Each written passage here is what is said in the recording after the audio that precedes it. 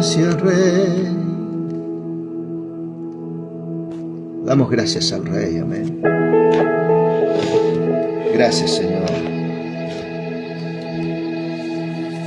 Mi alma te alaba, Señor amado. Gracias.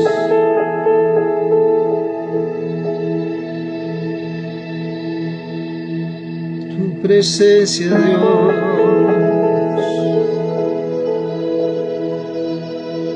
Oh,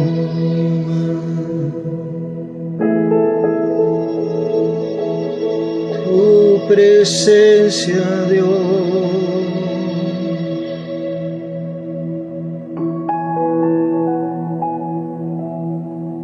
Llena todo este lugar, amando. Te adoramos, Jesús. Gracias, Padre amado. Damos gracias al Rey, mi querido amigo, hermano, hermana. Gracias le damos al Señor. He estado preparando en estas horas, ¿sí?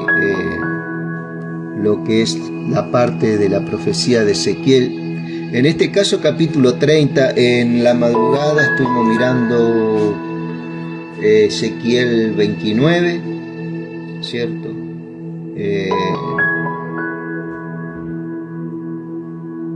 Con gran fuerza de parte del Espíritu Santo, ¿cierto? Él está dando esa fuerza para que el mensaje sea entregado. Hoy, Señor, entregamos este mensaje, Padre. Tu palabra, Señor, es la que nos santifica, Padre. Tu palabra es verdad. Tus palabras son espíritu, son vida. Nos ponemos de acuerdo en esas cuestiones contigo, Señor. Que tus palabras son espíritu y son vida, Padre. Oh Rey. Que tu palabra tiene un cumplimiento en su totalidad en tu persona, Señor. Eso es otra cosa que nos ponemos de acuerdo hoy, Señor. Oh Dios mío. Y que nosotros somos la iglesia, tu cuerpo. Somos la plenitud de aquel que todo lo llena en todo, Señor. Nos ponemos de acuerdo. Decimos sí, Señor, amén. A estas verdades. Damos toda la gloria al Señor. Ayer podíamos ver Ezequiel capítulo 29 un poquito, regresando un poquito, y que se refiere a ver,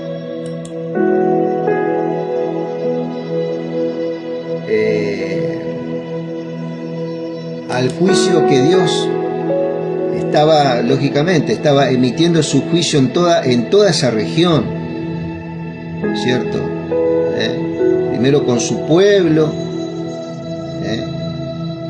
primero con su casa, la casa de Judá. Primeramente había sido con la casa de Israel, en el imperio asirio, ¿sí? Todo con la casa de Judá. Cuando Isaías estaba profetizando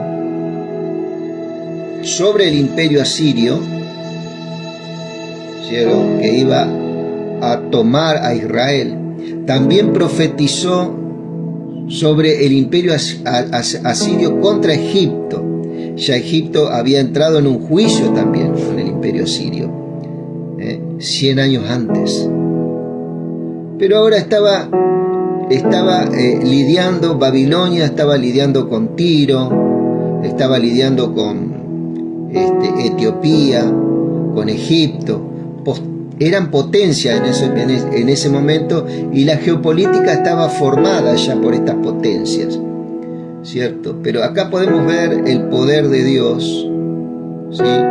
Sobre toda la tierra, en este caso reinando soberanamente las naciones, ¿sí? manejando todo el... Y en Ezequiel anoche, en el día de anoche podíamos ver, pues yo le preguntaba al Espíritu, le preguntaba al Espíritu Santo qué pasaba con Ezequiel, que estaba profetizando sobre Egipto, si Egipto era la idea de destruir el país completamente. Y la misma palabra, ¿cierto? La misma palabra. Gracias, Señor.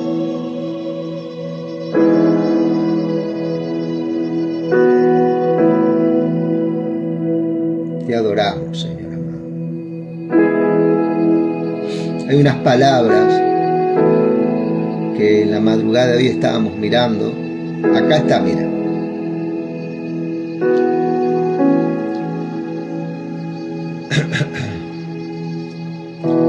El capítulo 11, el versículo 11 dice, del 29, y esto me marcó mucho: no pasará por ella pie de hombre, ni pie de animal, pasará por ella, ni será habitada por 40 años. Ahí está la respuesta, en su palabra.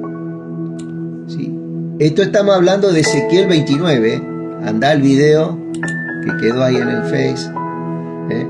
Y pondré a la tierra de Egipto en soledad entre las tierras asoladas, y sus ciudades entre ciudades destruidas. Estarán desoladas por 40 años. Y esparciré a Egipto entre las naciones y la dispersaré entre las tierras. Porque así ha dicho Jehová el Señor: al fin de 40 años recogeré a Egipto de entre los pueblos entre los cuales fueren esparcidos. Con Judá fue 70 años, hasta que iba a volver a la tierra. Con Egipto tiene otro plan el Señor, tiene otro diseño. Y muchas veces, en muchas cuestiones, ¿cierto? Uno dice, si Dios lo hizo así conmigo, de esta forma, hoy sale en eso, ¿no? Si lo hizo así, lo va a hacer igualmente con vos. No, Señor. Dios no va a hacer nunca la misma obra que hace con vos con otro. Porque el Señor es multiforme. El Señor se goza en su multiforme forma de hacer las cosas por ese poder del Espíritu que tiene. Y Él conoce cada corazón, y Él conoce lo que necesita cada vida. Jamás le va a dar a una vida lo mismo que le da a otra, ¿cierto? Aunque Él ama a sus hijos todos por igual, Él es un padre, ¿cierto?, que tiene atenciones variadas con cada uno de sus hijos. Y eso es a lo largo de tu vida y de mi vida. El Señor, una de las cosas que yo puedo descubrir, jamás va a hacer lo mismo que hizo con uno, lo va a hacer con otro.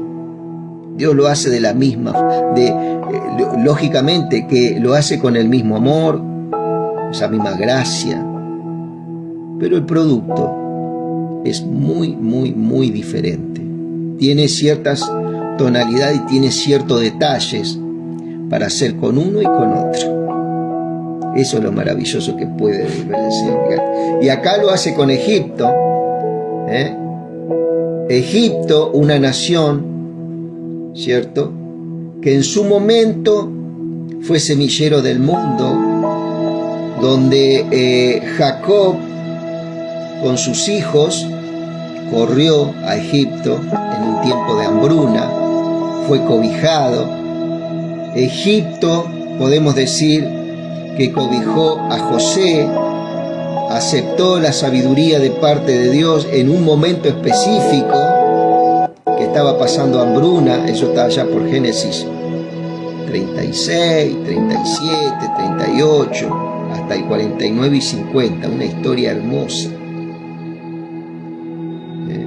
Egipto conoció al Señor de diferentes formas y diferentes maneras. Y fue una tierra que Dios escogió a tal punto, amado, que Dios va a guardar un remanente de Egipto que le va a conocer. Y eso está en la profecía. Isaías lo habla, por allá por Isaías capítulo 16. Vamos a entrar un poquito en esa profecía. Estamos aquí para trabajar, así que creo que es Isaías 16, me parece, si no me equivoco. A ver, vamos a ver.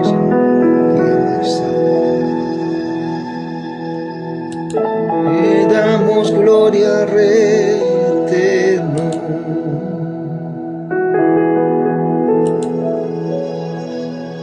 Aleluya. Oh, Señor.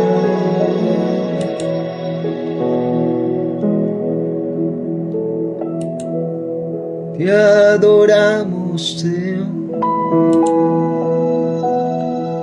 en todo tiempo, Rey. Sí, precioso es el Señor.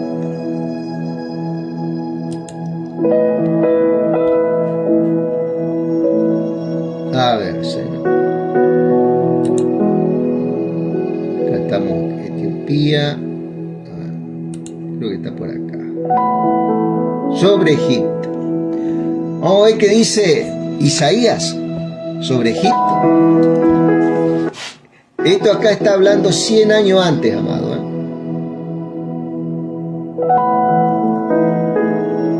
Profecía sobre Egipto. He aquí que Jehová monta sobre una ligera nube y entrará en Egipto.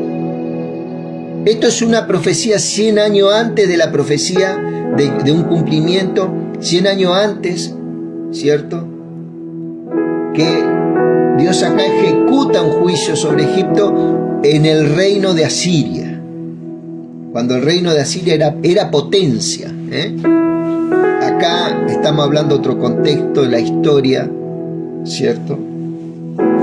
Israel ya había sido llevado cautivo por el rey de Asiria. Judá había sido salvado en una noche por un ángel que mató 185.000 asirios, después de que el rey Ezequías clamó a Jehová en el atrio del templo de Salomón. Gloria al Señor. Pero Egipto estaba comprometido también en este juicio.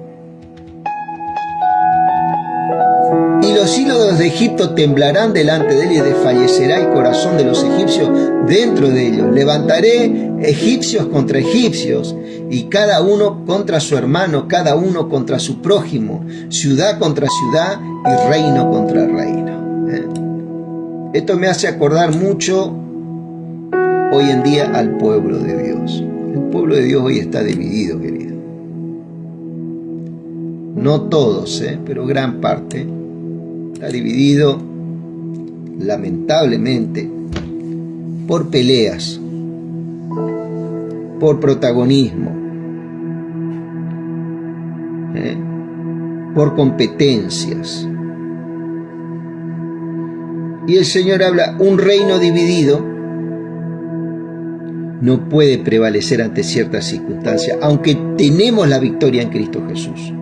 Pero hay batallas que el pueblo de Dios está perdiendo por causa de la gran división que hay, la gran fractura que hay hoy dentro del pueblo de Dios. Sí. La gran fractura, la gran división que hay.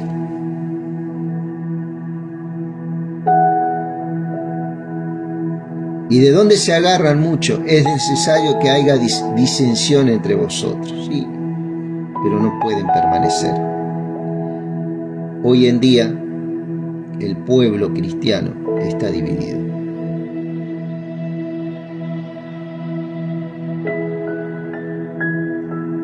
Hambre de reconocimiento, filalguria, amor al dinero, la fama, el hambre de ser reconocido, ¿cierto? No pueden llenar expectativas de otros. Y así está envuelto en un pañuelo bastante tramposo el pueblo de Dios. Cada uno peleará contra su hermano, cada uno contra su prójimo, ciudad contra ciudad y reino contra reino. Y el espíritu de Egipto se desvanecerá en medio de él, y destruiré su consejo, y preguntará a sus imágenes, a sus hechiceros, a sus evocadores y a sus adivinos. Y entregaré, ¿cuál era la perspectiva que tenía el pueblo de Egipto? Que cada uno tenía su propio hechicero, sus propios evocadores y sus propios adivinos.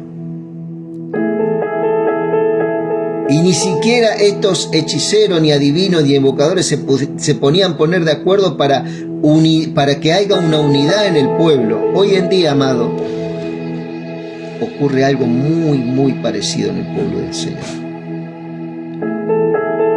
Y está desfalleciendo en muchos sentidos.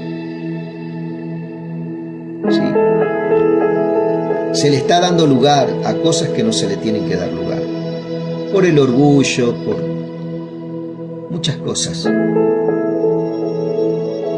Y las aguas del mar faltarán, y el río se agotará y se secará. Y se alegrarán los ríos, y se alejarán los ríos, se agotarán y se secarán las corrientes de los fosos, y la caña y el carrizo serán cortados. La pradera de junto al río, de junto a la ribera, el río, toda la sementera del río se secarán, se perderán y no serán más.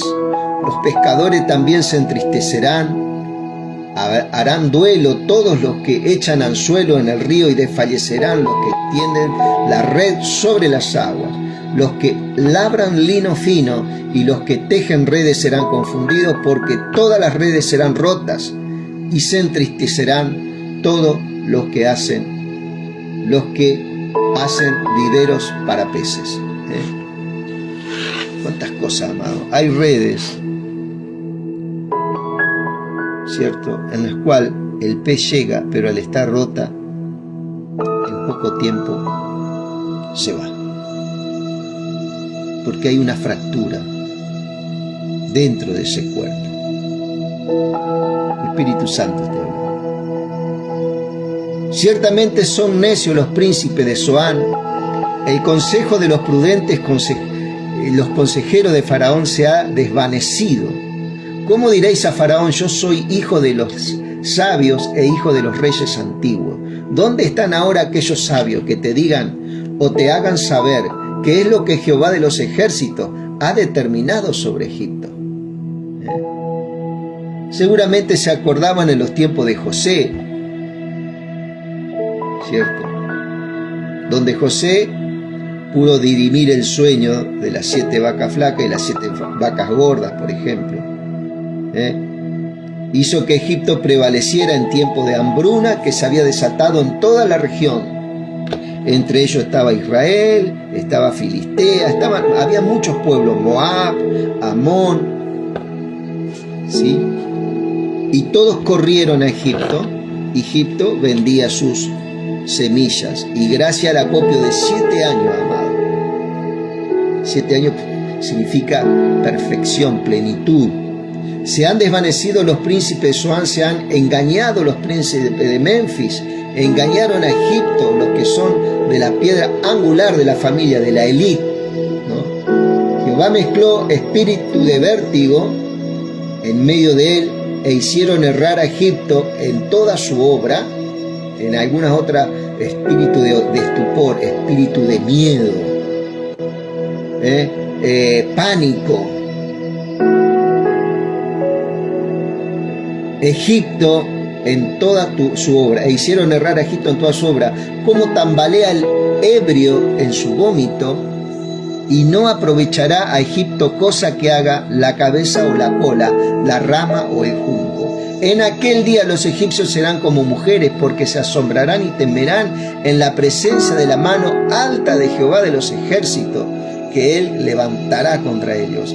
Y la tierra de Judá será el espanto de Egipto. Todo hombre que de ella se acordare temerá por causa del consejo de Jehová de los ejércitos. Acordó sobre aquel. En aquel tiempo habrá 5 ciudades en la tierra de Egipto que hablen la lengua de Canaán y que juren por Jehová de los ejércitos, una será llamada ciudad Jerez. Acá está hablando de una ciudad que conocerá al Señor. 5 ciudades que hablarán. ¿Sí? Impresionante. En aquel tiempo habrá un altar a Jehová en medio de la tierra de Egipto. Y me quedo con esto, mira, porque yo le preguntaba al Señor, Egipto va a desaparecer, y acá el Señor me decía a través de esta palabra, todo está en la Biblia. En aquel tiempo habrá un altar para Jehová en medio de la tierra de Egipto y monumento a Jehová junto a su frontera, y será por señal, por testimonio a Jehová de los ejércitos en la tierra de Egipto, porque clamarán a Jehová a causa de sus opresores, y les enviará Salvador y Príncipe que los libre.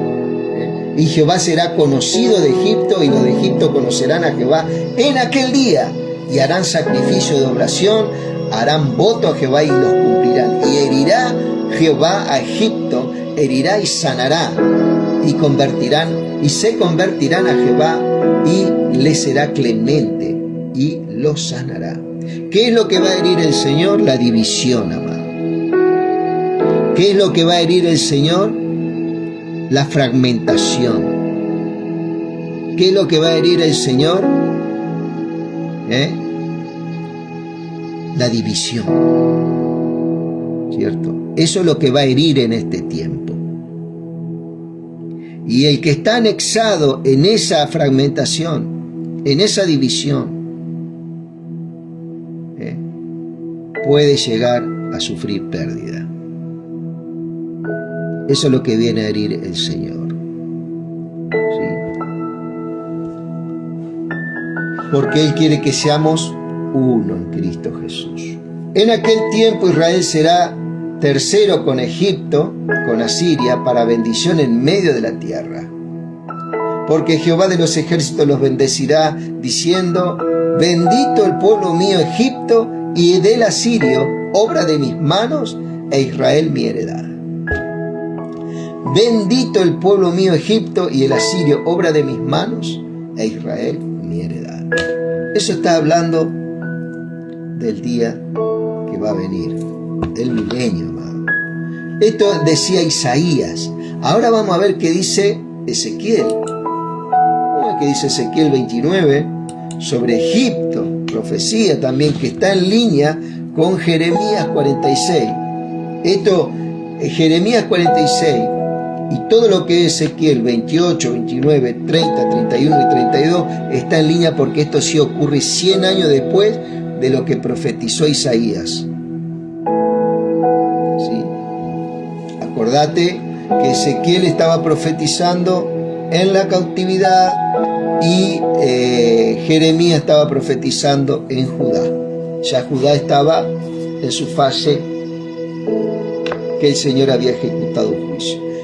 En el año 10 del mes 10, a los 12 días del mes, vino a mí palabra de Jehová diciendo, hijo de hombre, pon tu rostro contra Faraón, el rey de Egipto, y profetiza contra él y contra todo Egipto. Habla y di, así ha dicho Jehová el Señor, he aquí yo estoy contra ti, Faraón, rey de Egipto, el gran dragón que yace en medio de sus ríos. Y el cual dijo, mío es el Nilo, pues yo no lo hice, pues yo lo hice. Yo pues pondré garfio en tus quijadas y pegaré los peces de tus ríos a tus escamas y te sacaré de en medio de tu río, y todos los peces de tu río saldrán pegados a tus escamas. Y te dejaré en el desierto, a ti y a todos los peces de tu río, sobre la faz del campo caerás. No serás recogido ni serás juntado. A las fieras de la tierra y de las aves del cielo te he dado por comida.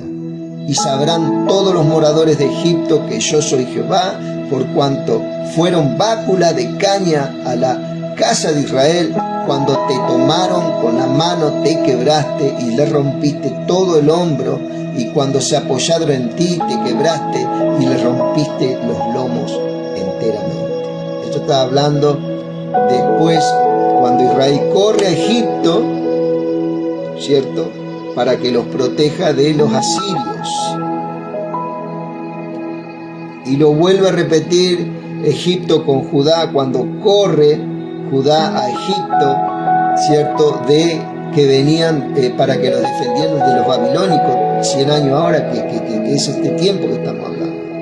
Por tanto, así ha dicho Jehová el Señor: he aquí yo traigo contra ti espada, y cortaré a ti hombres y bestias, y la tierra de Egipto será asolada, y sabrán que yo soy Jehová, por cuanto dijo: el Nilo es mío, y yo lo hice.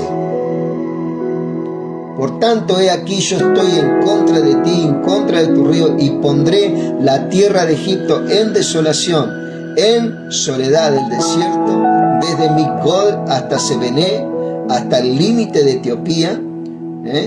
No pasará por ella pie de hombre ni pie de animal, pasará por ella ni será habitada por 40 años. Acá daba unos detalles de la topografía que iba a tener el juicio en cuanto al terreno del país de Egipto y el tiempo que iba a llevar, 40 años aproximadamente. Y pondré a la tierra de Egipto en soledad entre las tierras asoladas, sus ciudades, entre ciudades destruidas, estarán desoladas por 40 años, y esparciré a Egipto entre las naciones y dispersaré por las tierras, porque así ha dicho Jehová el Señor: al fin de 40 años recogeré a Egipto de entre los pueblos entre los cuales fueren esparcidos, y volveré a traer los cautivos de Egipto y los llevaré a la tierra de Patros, a la tierra de su origen, y allí serán un reino despreciable. Egipto, aunque había sido enjuiciada, ¿cierto?, y será un reino despreciable. En comparación con los otros reinos será humilde, nunca más se alzará sobre las naciones, porque yo los disminuiré para que no vuelvan a tener dominio sobre las naciones, y no será ya más para la casa de Israel apoyo de confianza. Se les haga recordar el pecado de mirar en pos de ellos, y sabrán que yo soy Jehová. Hoy en día Egipto, entre las naciones, perdió totalmente la influencia en todo sentido. Egipto es una nación más. No tiene ningún tipo de injerencia en lo que a nivel geopolítico, nivel económico. Aconteció en el año 27, en el mes primero, 17 años después, amado. Mirá, fíjate cómo se encabeza todo, ¿no? Mirá, esta profecía. En el año 10, en el mes 10, a los 12 días del mes, y acá en el año, gracias, y en el año 27, 17 años después, aproximadamente, vino otra profecía. Viste que hoy los profetas, todo el tiempo, muchas veces traen palabras, y hay que ser verdaderamente vigilante en estas cosas. Aconteció en el año 27, 17 años después, en el mes primero del día primero del mes, que vino a mí palabra de Jehová diciendo: hijo de hombre, Nabucodonosor, rey de Babilonia, hizo a su ejército prestar un arduo servicio contra Tiro, que es la profecía que dimos en el capítulo 27 y 28, ¿te acordás? Otra ciudad, otra potencia que Babilonia no iba a poder hacer sucumbir. Tuvo que pasar 200 años para que en el reino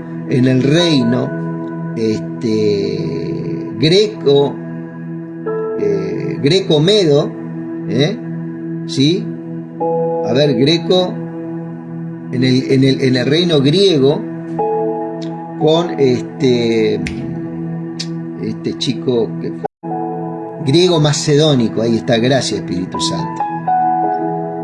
El gobierno griego macedónico, que fue otro imperio, corresponde a la parte de hierro, la parte del estómago, esta parte de la estatua que vio. Entonces, como veníamos hablando, este gobierno griego-macedónico de Alejandro Magno es una coalición también de naciones que él tardó 10 años más o menos en conquistar todo lo que se conquistó el reino persa y el reino babilónico muchos años antes, ¿cierto? Y en ese tiempo Tiro es enjuiciado y cae. Y también Egipto sigue en caída, perdiendo su influencia como potencia de esos lugares. Siguiendo con el tema de Ezequiel, aconteció que en el año 27, 17 años después de la primera profecía de arriba del versículo 1 del capítulo 30, 17 años después, el día primero del mes, que vino a mí palabra de Jehová: hijo de hombre, Nabucodonosor, rey de Babilonia, hizo a su ejército prestar un arduo servicio contra Tiro. Dios desde el cielo conocía perfectamente todo lo que había acontecido. Toda cabeza ha quedado calva y toda espalda desollada, y ni para él ni para su ejército hubo paga de Tiro por el servicio que prestó contra ella.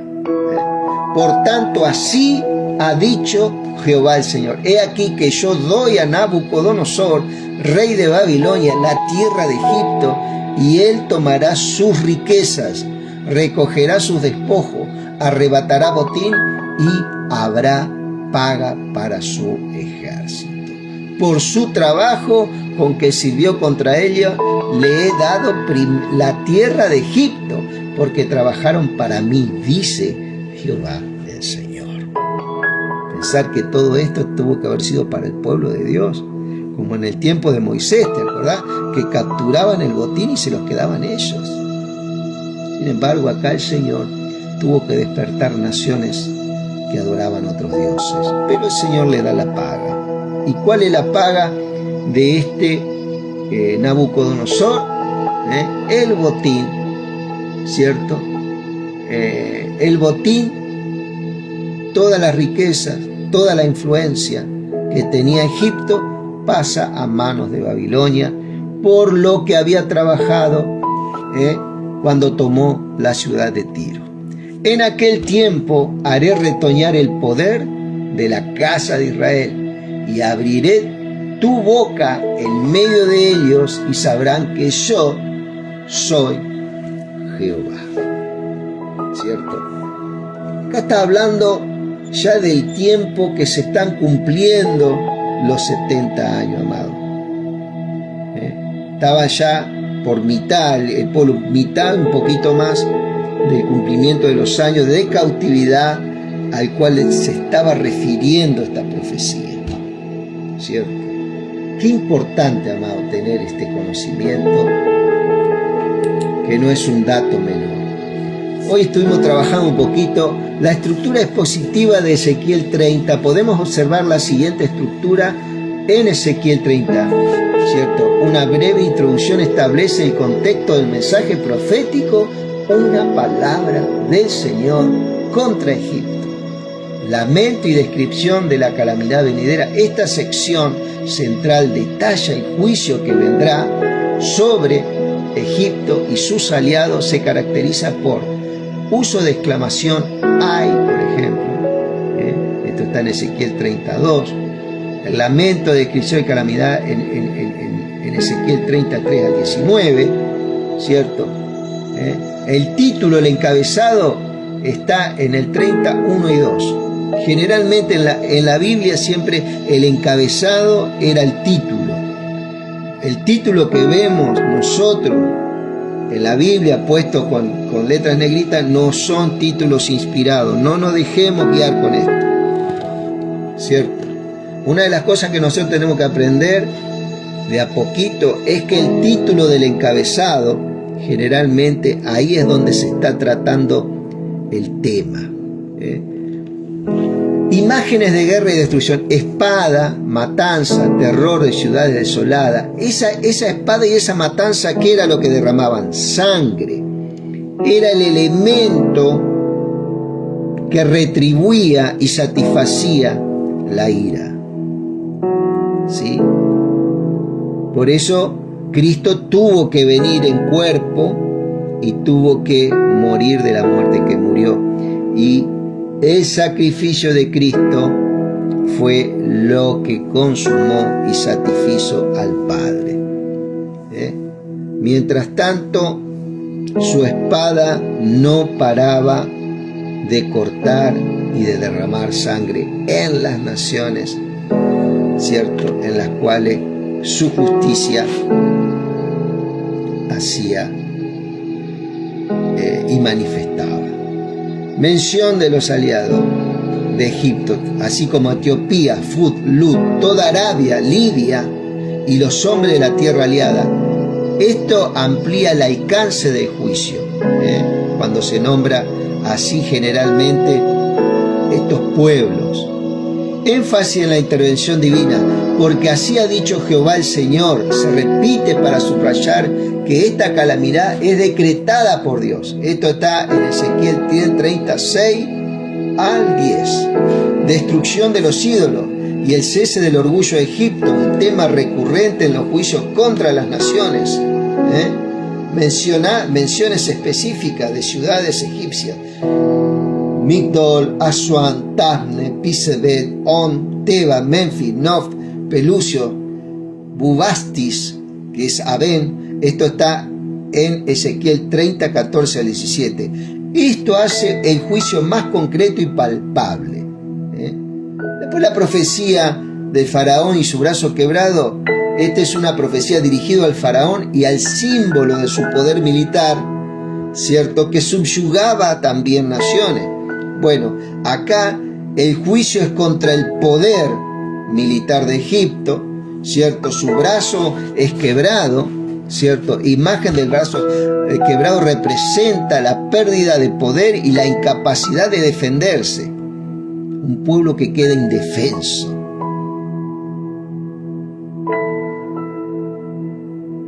Y muchas veces, ¿por qué está indefenso? Está vulnerable, porque desde ese lugar confía, ¿cierto?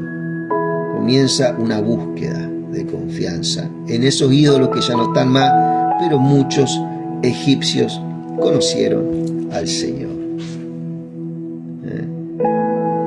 Y como le dijo el Señor a Pablo, mi gracia se perfecciona en tu debilidad.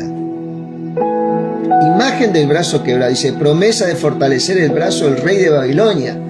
Todo ese poderío, esa influencia a nivel internacional y geopolítica enriquece a Babilonia en pago a lo que hizo en Tiro.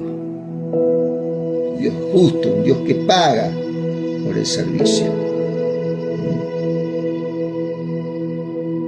Nosotros, el Señor no nos tiene que pagar por el servicio. ¿Te acordás de la parábola del hijo pródigo? Cuando el Señor le dice, cuando viene ese hermano, ¿no?, que significa, ese hermano, ¿quién es, hermano? Ese hermano es el fariseo, el saduceo, ese hermano mayor. Cuando habla ahí esa parábola del hijo pródigo. ¿Y el hijo pródigo quién es? Es el pueblo, el común, ¿sí?, al cual tenía que estar enterado de las Escrituras por medio de este hermano mayor, pero este hermano mayor nunca le comunicaba nada. Entonces este pueblo, ¿cierto?, que viene a ser este hijo pródigo, es esa Israel sin Dios, esa Israel indefensa, a merced de cualquier viento de doctrina, ¿cierto? Muchos lo ponen que es la iglesia, el que se va a la iglesia, el que se aparta. No tiene nada que ver, amado, el contexto. Nada que ver. Está hablando de la casa de Israel, ¿cierto?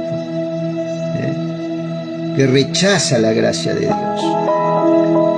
Y hay un momento que el Señor es muy determinante con el hijo que se queda en la casa. Padre, yo estoy todo el tiempo con vos, te sirvo, y ni siquiera me diste un cordero, ni siquiera me diste una oveja, y a este le pusiste un anillo, le pusiste un calzado nuevo, le pusiste... Y ese padre de familia que es una alegoría en el Señor, que es el Señor, le dice: todo lo que yo tengo es tuyo, hijo. Ahora deja que yo haga esto con él. Entonces, acá no estamos para estar mendigando. ¿Por qué? Porque todas las cosas de Cristo son tuyas. ¿Sí? Aleluya. Todo, amado, todo. Pero fíjate vos, representa la pérdida, el brazo quebrado significa la pérdida de poder y la incapacidad de defenderse. Eso está en Ezequiel 30, 21, 22. La promesa de fortalecer el brazo del rey de Babilonia es el, dice, contraste directo de la debilidad de Egipto, señalando el instrumento y juicio divino, reconociendo la soberanía de Jehová. La repetición "y sabrán que yo soy Jehová" enfatiza el propósito último del juicio, que las naciones reconozcan el poder de Dios. Esto está en Ezequiel 30, 25 al 26. ¿Cuáles son los trasfondos, amado? Para entender mejor este capítulo es crucial considerar algunos aspectos del trasfondo. La historicidad. Dice: Ezequiel profetizó durante el exilio babilónico al pueblo de Judá en el siglo VI a.C. Egipto era una potencia regional que había ofrecido esperanza de ayuda a Judá contra Babilonia, pero demostró ser un aliado débil e ineficaz. Este capítulo se sitúa en ese contexto de desilusión y la inminente caída de Egipto ante el poder babilónico. ¿Y la política cuál era? Las naciones mencionadas como aliadas de Egipto reflejan las alianzas políticas de la época, y el juicio contra Egipto también implica un juicio contra aquellos que confiaron en su poder en lugar de Dios. Aleluya. Trasfondo religioso. La mención de la destrucción de los ídolos egipcios es significativa. En el pensamiento profético, el juicio contra una nación a menudo incluye el juicio contra sus dioses, demostrando la supremacía del Dios de Israel. El orgullo de Egipto también estaba ligado a su poderío, ya sus creencias religiosas. ¿Te acordás las 10 plagas? Muchas de esas plagas eran contra los dioses. El Nilo para Egipto era un dios, el de las ranas, todos eran dioses que adoraban ellos. Y fue un juicio contra los dioses, esos dioses, aparentes dioses. Aleluya. O sea, el Señor establece justicia en el cielo y en la tierra. Ezequiel 30, ¿cierto? La soberanía de Dios en las naciones. El capítulo subraya que Dios está en control de la historia y puede levantar y derribar reinos según su voluntad. El juicio contra Egipto no es arbitrario, sino parte del plan divino, ¿cierto? Egipto, con su poderío militar y sus alianzas, finalmente cae. Esto nos recuerda la fragilidad de la confianza en recursos puramente humanos en lugar de Dios, ¿cierto? El orgullo de Egipto es mencionado como una razón de su juicio. Eso está en 36 al 18 también. Esto nos advierte sobre el peligro de la arrogancia y la necesidad de la humildad. El juicio descrito en Ezequiel 30, aunque severo, puede entenderse como un acto de justicia divina contra la opresión y la idolatría. Aunque el mensaje principal es de juicio, el propósito final de Dios a menudo incluye reconocimiento de su poder. Y sabrán que yo soy Jehová. Incluso en el juicio hay un llamado implícito al arrepentimiento y al reconocimiento de la verdadera autoridad. En otros años Egipto se había endurecido.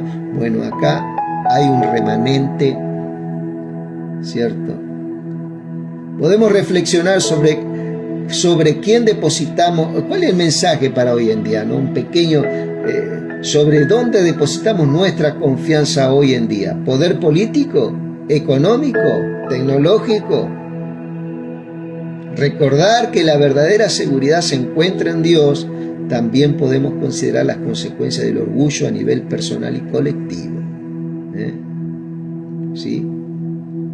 Es un poderoso oráculo, es una poderosa profecía de juicio contra Egipto arraigado a un contexto histórico y político específico con profundas implicaciones.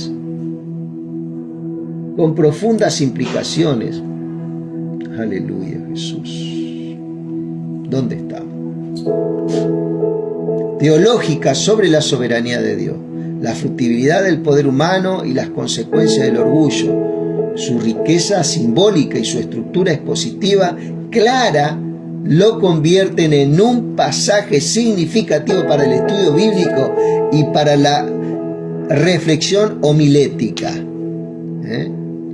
Paralelismo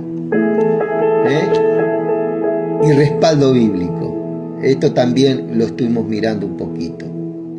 El cumplimiento de las profecías contra Egipto en Ezequiel 30 se asocia históricamente con las campañas militares de Nabucodonosor II, rey de Babilonia, contra Egipto. Si bien la Biblia no detalla exhaustivamente esas campañas, fuentes históricas y otros pasajes bíblicos como Jeremías 46 sugieren que Babilonia efectivamente atacó y subyugó a Egipto en los años posteriores a la caída de Jerusalén.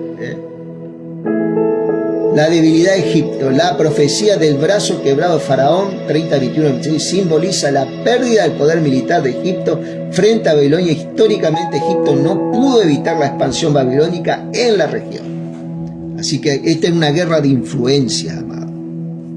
La devastación de Egipto y sus aliados, las descripciones de guerra y de desolación y la caída de ciudades egipcias se corresponden con la agitación y el conflicto que Egipto experimentó durante este periodo. La mención de los aliados de Egipto, Etiopía, Fut, Lut, Arabia y Libia, ¿sí? También sugieren que las regiones se vieron afectadas por la influencia babilónica. Esta fue una guerra y un conflicto de influencias entre estas potencias de Asiria y Egipto, la cual Judá estaba totalmente erradicada porque no tenía influencia para nada. Lamentablemente Judá en ese tiempo, cosa que no lo puse acá, ¿cierto? Era influida por las naciones, pero no por una nación toda, por todas las naciones, a tal punto que pusieron sus ídolos dentro del templo de Salomón y desplazaron totalmente el sacerdocio y el ceremonial del sacerdote, el cual, ¿qué hacía? Expiaba los pecados. Y uno de esos ceremoniales era una vez al año el sumo sacerdote entrando al lugar santísimo, derramando sangre en el propiciatorio, ¿cierto? Haciendo que el pueblo por un año viviera en paz. Al ser desplazado el sacerdocio, el pecado, la maldad, la idolatría queda expuesta hasta los fundamentos más grandes. Un pueblo como Judá, espiritualmente asentado en sangre inocente.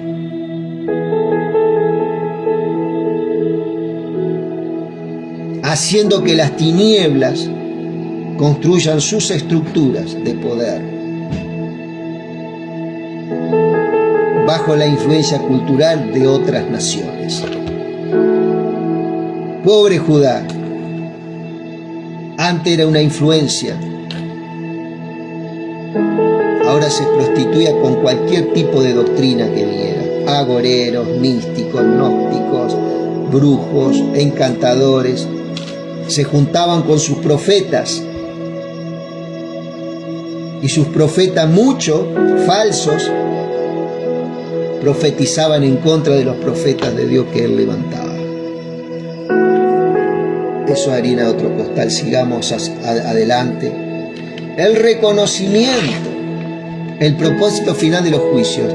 Y sabrán que yo soy Jehová, repetido varias veces, se cumplió en la medida en que las naciones vecinas, incluyendo Egipto, fueron testigos del poder de Dios en Israel a través de eventos históricos. Muchos no le dan importancia, no, que me vienen con historia, que me vienen. No, pero ahí podemos ver verdaderamente cómo Dios es el Rey y el dueño de toda la historia. Comentario breve del doble cumplimiento de esta profecía y con esto terminamos, amado. Es importante notar que algunas profecías bíblicas tienen cumplimientos inmediatos y otras a largo plazo, incluso algunas son de una dimensión escatológica futura. En el caso de Ezequiel 30, el cumplimiento principal se sitúa en el contexto histórico de la ascensión del poder babilónico y la declinación de Egipto. Esto se cumplió en el siglo VI antes de Cristo. En resumen, los acontecimientos profetizados en Ezequiel 30 comenzaron a ocurrir poco después de la profecía, principalmente a través de la campaña de Nabucodonosor II contra Egipto, que tuvieron lugar en años posteriores al 587 y 586 antes de la venida de nuestro Señor, del nacimiento de nuestro Señor. Mi querido amigo, hasta acá hemos llegado con esto, con este breve trabajo. Si tuviéramos que hacer algo un poco más exhaustivo, y nos lleva días. Por eso la palabra es hermosa. Padre, te damos gracias en esta tarde, Señor, por esta tu palabra, por esta verdad. Gracias, Padre amado, por poder escudriñar, Dios mío, tu verdad, sabiendo que estamos escudriñando tu persona, tus pensamientos, tus planes, tus diseños a través del tiempo, Señor, y cómo tú mantienes, Señor, todas las cosas en tu soberanía, Padre. Te damos gracias, Señor. Bendice las naciones y bendice, Señor, los hogares. Damos gracias al Rey. Amén y amén.